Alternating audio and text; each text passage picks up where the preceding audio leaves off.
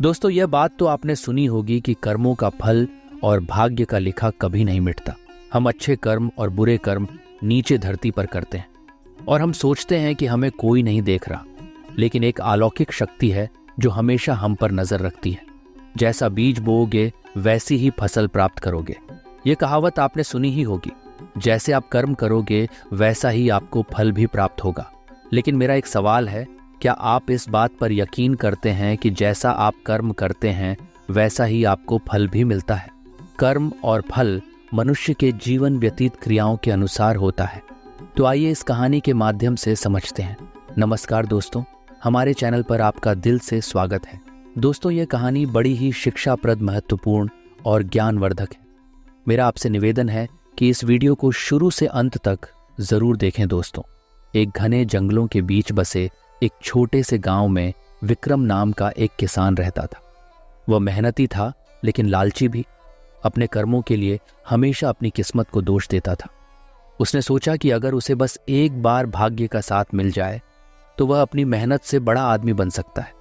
एक दिन जब वह जंगल में लकड़ियां काटने गया तब उसे जंगल में एक बूढ़े साधु मिले। साधु ने उसे कहा, तू बड़े कर्मठ हो बेटा, लेकिन याद रखना कर्म का फल मिलता अवश्य है, भले ही देर हो जाए।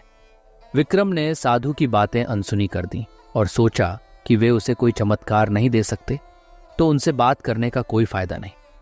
कुछ ही दिनों बाद विक्रम को जंगल में एक चमचमाता सोने का सिक्का मिला। उसे विश्वास नहीं हो रहा था कि इतना कीमती चीज उसे यूं ही मिल सकती है।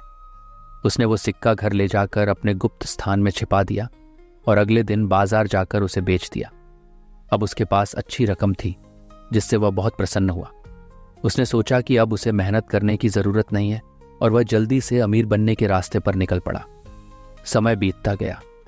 विक्रम का व्यापार तेजी से बढ़ने लगा और वह धीरे धीरे गांव का सबसे अमीर व्यक्ति बन गया। लेकिन उसकी अमीरी के साथ उसका स्वभाव भी बदल गया था। वह घमंडी और कठोर बन गया।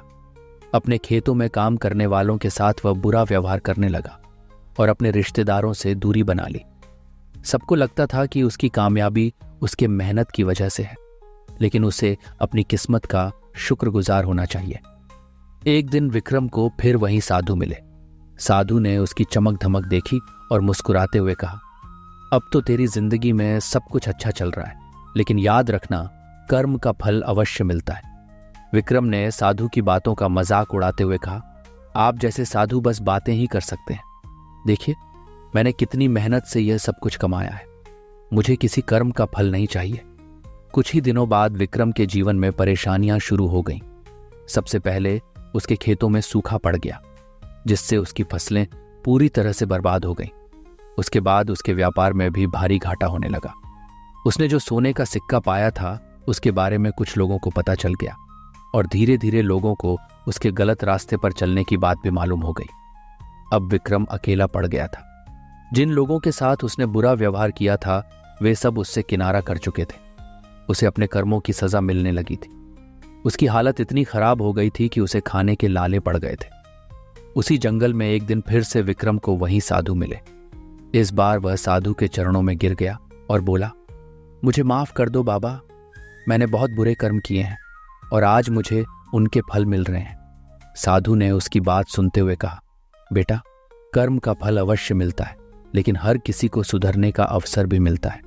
अगर तू सच्चे मन से अपने कर्मों का प्रायश्चित करना चाहता है तो अपनी गलतियों को सुधारने का प्रयास करो, दूसरों की मदद करो और अपने धन को अच्छे कार्यों में लगाओ, तभी तुम अपने कर्मों से मुक्त हो सकता है।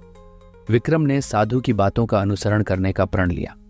उसने अपने बचे हुए धन का उपयोग गांव के विकास में करना शुरू कर दिया और अपने व्यवहार में भी बदलाव लाया। धीरे धीरे उसकी प्रतिष्ठा पुनः स्थापित होने लगी और लोगों का उसके प्रति दृष्टिकोण बदल गया। कुछ सालों बाद विक्रम एक सम्माननीय व्यक्ति बन चुका था। उसने अपनी गलतियों से बहुत कुछ सीखा था। अब उसे कर्म का सही अर्थ समझ में आ गया था।